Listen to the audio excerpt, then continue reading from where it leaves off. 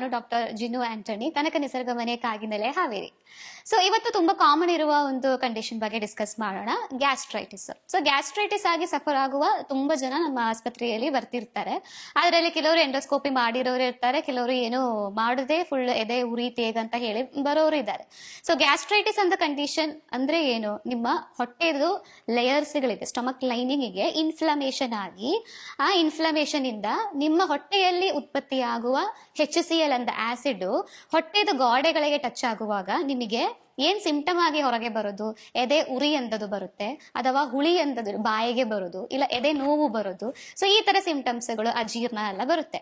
ಇದಕ್ಕೆ ಡಾಕ್ಟರ್ಸ್ ಗಳು ಹೇಳುವ ಹೆಸರಿದೆ ಗ್ಯಾಸ್ಟ್ರೈಟಿಸ್, ಇನ್ಫ್ಲಮೇಷನ್ ಆಫ್ ಸ್ಟಮಕ್ ಅಂತ ಹೇಳ್ತೀವಿ.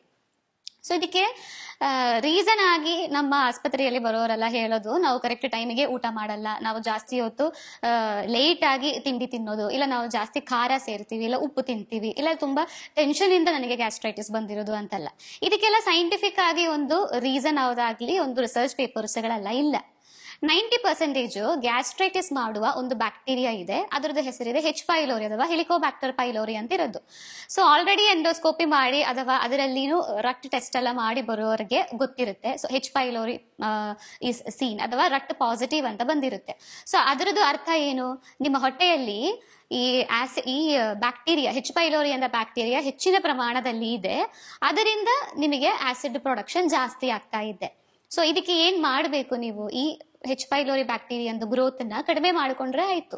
ಈ H. ಪೈಲೋರಿ ಅಂದಿರೋದು ಎಲ್ಲರದ್ದು ಹೊಟ್ಟೆಯಲ್ಲಿ ಕಂಡು ಬರುವ ಒಂದು ಕಾಮನ್ ಬ್ಯಾಕ್ಟೀರಿಯಾ ಇದೆ, ಬಟ್ ಕೆಲವರದ್ದು ಹೊಟ್ಟೆಯಲ್ಲಿ ಇದು ಹೆಚ್ಚಿನ ಪ್ರಮಾಣದಲ್ಲಿ ಕಂಡು ಬರುತ್ತೆ. ಅದು ನಿಮಗೆ ಟೆಸ್ಟ್ ಮಾಡಿದ್ರೆ ಕಾಣುತ್ತೆ.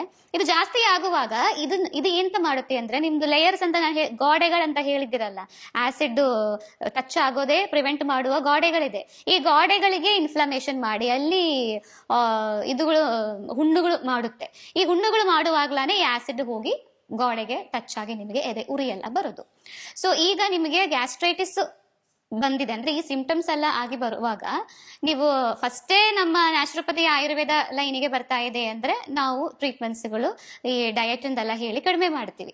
ಬಟ್ ಯೂಶುವಲಿ ಎಲ್ಲರೂ ಫಸ್ಟೇ ಬರೋದು ಇಲ್ಲಿಗೆ ಅಲ್ಲ, ನೀವು ಅಲೋಪತಿ ಇಂಗ್ಲಿಷ್ ಮೆಡಿಸಿನ್ಸ್ಗಳಿಗೆ ಹೋಗ್ತೀವಿ. ಸೊ ನೀವು ಅಲ್ಲಿ ಫಸ್ಟ್ ಮಾಡುವ ತಪ್ಪು ಏನಂದ್ರೆ, ಅವರು ಡಾಕ್ಟರ್ಸ್ಗಳು ಫಸ್ಟ್ ನಿಮಗೆ ಆಂಟಾಸಿಡ್ಸ್ಗಳು ಕೊಟ್ಬಿಡ್ತಾರೆ. ಇದು ಆ ಡಾಕ್ಟರ್ ಪ್ರಿಸ್ಕ್ರೈಬ್ ಮಾಡಿರುವ ಟೈಮ್ ಪೀರಿಯಡ್ಗೆ ನೀವು ತಗೊಳ್ಳುವಾಗ ಏನ್ ತೊಂದರೆ ಆಗಲ್ಲ, ಇದು ತಗೊಳ್ಳುವಾಗ ನಿಮಗೆ ಆರಾಮಾಗುತ್ತೆ. ಮತ್ತೆ ನಿಮಗೆ ಒಂದು ತಿಂಗಳು ಅಥವಾ ಇನ್ನು 15 ದಿನ ಬಿಟ್ಟು ಮತ್ತೆ ನಿಮಗೆ ಇದೇ ಸಿಂಪ್ಟಮ್ಸ್ ಗಳು ಸ್ಟಾರ್ಟ್ ಆಗುತ್ತೆ. ಯಾಕೆಂದ್ರೆ ಆಂಟಾಸಿಡ್ ಆಂಟಿಬಯೋಟಿಕ್ಸ್ ಎಲ್ಲ ಕಂಪ್ಲೀಟ್ಲಿ H. ಪೈಲೋರಿನ ಹೊಟ್ಟೆಯಿಂದ ಬಿಸಾಕಕ್ಕೆ ಆಗಲ್ಲ. ಸೊ ಒಂದು 15 ದಿನ ಅಥವಾ ಈ ಕೋರ್ಸ್ ಮುಗಿದ ನಂತರ ಮತ್ತೆ ನಿಮಗೆ ಎದೆ ಉರಿ ಬರುವಾಗ ನೀವೇ ಡಾಕ್ಟರ್ ಆಗಿ ನೀವೇ ಮೆಡಿಕಲ್ ಸ್ಟೋರ್ ಅಲ್ಲಿ ಹೋಗಿ ಆಂಟಾಸಿಡ್ಸ್ ಗಳನ್ನ ತಗೊಳ್ಳಕ್ಕೆ ಸ್ಟಾರ್ಟ್ ಮಾಡ್ತೀವಿ. ಅವಾಗ ಪ್ರಾಬ್ಲಮ್ ಸ್ಟಾರ್ಟ್ ಆಗೋದು. ಇದನ್ನ 1 ತಿಂಗಳು 2 ತಿಂಗಳು ಇಲ್ಲ 1 ವರ್ಷ 2 ವರ್ಷ ನಮ್ಮ ಆಸ್ಪತ್ರೆಯಲ್ಲಿ ಬರುವ ಸಾಧಕರೆಲ್ಲ ಕೆಲವರು 2-3 ವರ್ಷ ಇಲ್ಲ 5-6 ವರ್ಷ ಆಗಿ ಆಂಟಾಸಿಡ್ಗಳು ತಗೊಳ್ಳೋರು ಇರ್ತಾರೆ. ಸೊ ತಗೊಳ್ಳುವಾಗ ಏನ್ ಪ್ರಾಬ್ಲಮ್ ಆಗೋದು? ಆಕ್ಚುಲಿ ಆಸಿಡ್ ಅಂದಿರೋದು ನಿಮ್ಮ ಹೊಟ್ಟೆಗೆ ಬೇಕಾಗಿರೋದೆ. ಮೋರ್ ದೆನ್ 6500ಗಿಂತಾನು ಸಸ್ತನಿಗಳು, ಮ್ಯಾಮಲ್ಸ್ಗಳು ನಮ್ಮ ಈ ಜಗತ್ತಲ್ಲಿ ಇರುವಾಗ ಅವ್ರದ್ದು ಕಂಪೇರ್ ಮಾಡುವಾಗ ಹ್ಯೂಮನ್ ಬೀಯಿಂಗ್ಸ್ ನಮ್ದೇ ಹೊಟ್ಟೆ ಅಸಿಡಿಕ್ ಆಗಿರೋದು, ಜಾಸ್ತಿ ಅಸಿಡಿಕ್ 1.5 to 3.5 ಒಳಗೆ ಇರುತ್ತೆ ನಮ್ದು pH, ನಮ್ದು ಹೊಟ್ಟೆದು pH ಅಂದಿರೋದು. ಸೊ ಅಷ್ಟು ಅಸಿಡಿಕ್ ಆಗಿ ಇರಬೇಕು ನಮ್ದು ಹೊಟ್ಟೆ.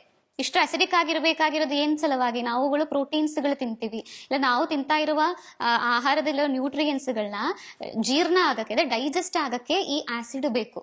ಸೊ ನೀವು ಜಾಸ್ತಿ ಆಂಟಾಸಿಡ್ಸ್ ಗಳು ತಗೊಳ್ಳುವಾಗ ಏನಾಗುತ್ತೆ?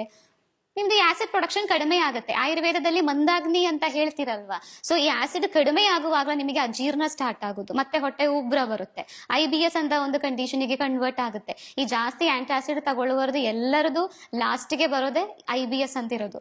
ಸೊ ಈ ತರ ಎಲ್ಲ ಕಾಂಪ್ಲಿಕೇಶನ್ಸ್ ಗಳು ಬರಬಾರದು ಅಂದಿದ್ರೆ ಐದರ್ ನಿಮ್ಗೆ ಡಾಕ್ಟರ್ ಪ್ರಾಪರ್ ಕನ್ಸಲ್ಟೇಷನ್ ಅಲ್ಲಿನೇ ಆಂಟಾಸಿಡ್ ತಗೋಬೇಕು. ಇಲ್ಲ ಅಂದಿದ್ರೆ ಈ H. ಪೈಲೋರಿ ಅಂತ ಬ್ಯಾಕ್ಟೀರಿಯಾನ ನ್ಯಾಚುರಲಿ ತೆಗಿಲಿಕ್ಕಿರುವ ತುಂಬಾ ದಾರಿಗಳಿದೆ, ಆ ದಾರಿಗಳನ್ನ ನೀವು ಹುಡುಕ್ಬೇಕು. ಆ ದಾರಿಗಳಲ್ಲಿ ಒಂದು 3 ದಾರಿ ನಿಮಗೆ ನಾನು ಇವತ್ತಿನ ವಿಡಿಯೋದಲ್ಲಿ ಹೇಳ್ತೀನಿ. ಒಂದನೇದು ಡಯಟ್ ಅಂತಿರೋದು.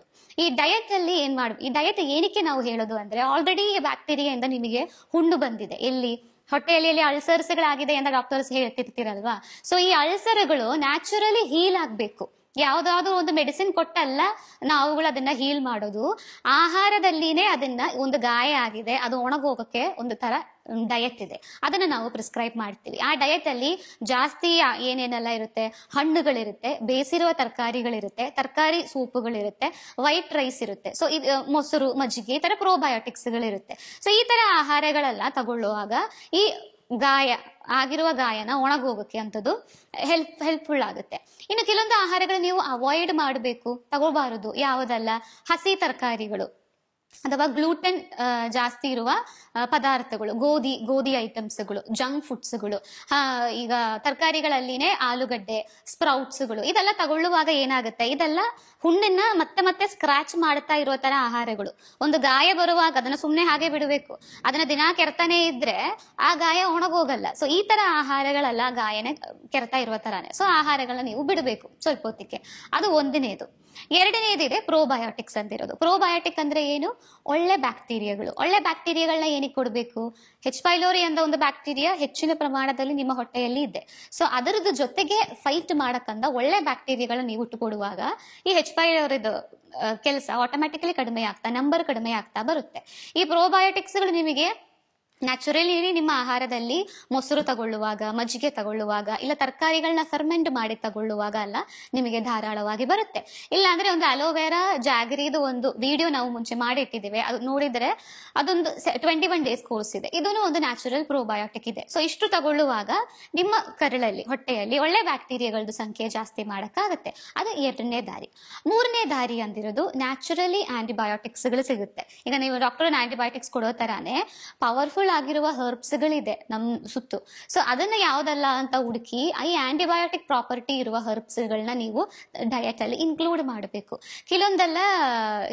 ಕೆಲವೊಂದ್ರದ ಹೆಸರು ಹೇಳ್ತೀವಿ, ಈ ಕಪ್ಪು ಜೀರಿಗೆ ಅಂತ ಇರೋದು, ಅಥವಾ ಯೇಷ್ಟಿ ಮಧು, ಫೆನೆಲ್ ಸೀಡ್ಸ್ಗಳು, ಅಥವಾ ಈ ಜಿಂಜರ್, ಮತ್ತೆ ಈ ತರ ಕೆಲವೊಂದು ಹರ್ಬ್ಸ್ಗಳಿಗೆ ಎಲ್ಲ ಆಂಟಿಬಯೋಟಿಕ್ ಪ್ರಾಪರ್ಟೀಸ್ಗಳಿದೆ. ಸೊ ಅದನ್ನೆಲ್ಲ ಮಜ್ಜಿಗೆಯಲ್ಲೇ ಮಿಕ್ಸ್ ಮಾಡಿ ಕುಡಿಯೋದಾಗಲಿ, ಇಲ್ಲ ಕಷಾಯ ಮಾಡಿ ಕುಡಿಯೋದ್ರಿಂದ ಈ ನ್ಯಾಚುರಲ್ ಆಂಟಿಬಯೋಟಿಕ್ ಆಗಿ ಕೆಲಸ ಮಾಡುತ್ತೆ. ಈ ಬ್ಯಾಕ್ಟೀರಿಯಾಗಳನ್ನ ಸಾಯಿಸಲಿಕ್ಕಂಥದ್ದು ಸಾಧ್ಯ.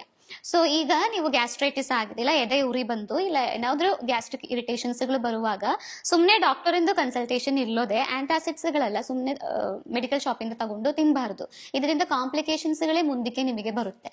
ಸೊ ಈಗ ನಿಮಗೆ ಯಾರಾದ್ರೂ ಈ ತರ ಗ್ಯಾಸ್ಟ್ರಿಕ್ ಇಶ್ಯೂಸ್ ಗಳಿದೆ, ಎಷ್ಟು ಮಾಡಿದ್ರು ಈ ಹೆಚ್ ಪೈಲೋರಿ ಕಿಟ್ ತಗೊಂಡ್ರು ನಿಮ್ದು ಗ್ಯಾಸ್ಟ್ರಿಕ್ ಸಿಂಪ್ಟಮ್ಸ್ ಕಡಿಮೆ ಆಗ್ತಾ ಇಲ್ಲ ಅಂತಿದ್ರೆ ಈ ವಿಡಿಯೋ ಅವರಿಗೆ ಶೇರ್ ಮಾಡಿ. ಇನ್ನು ಇದ್ರದ್ದು ಮೇಲೆ ಜಾಸ್ತಿ ಮಾಹಿತಿ ಬೇಕು ಅಂದ್ರೆ ಕೆಳಗೆ ಬರ್ತಾ ಇರುವ ನಂಬರಿಗೆ ಕರೆ ಮಾಡಿ. ಅಡ್ಮಿಷನ್ ಬೇಕು ಅಂತಿದ್ರೆ ಆ ನಂಬರಿಗೆ ಕರೆ ಮಾಡಿ ಡಾಕ್ಟರ್ಸ್ ಹತ್ರ ಮಾತಾಡಿಕೊಂಡು ಬುಕ್ಕಿಂಗ್ ಮಾಡಿಕೊಳ್ಳಿ. ಈ ವಿಡಿಯೋ ನಿಮಗೆ ಇಷ್ಟವಾದಲ್ಲಿ ಈ ಚಾನೆಲ್ ಸಬ್ಸ್ಕ್ರೈಬ್ ಮಾಡಿ ಅಂತ ಹೇಳುತ್ತಾ ಧನ್ಯವಾದಗಳು.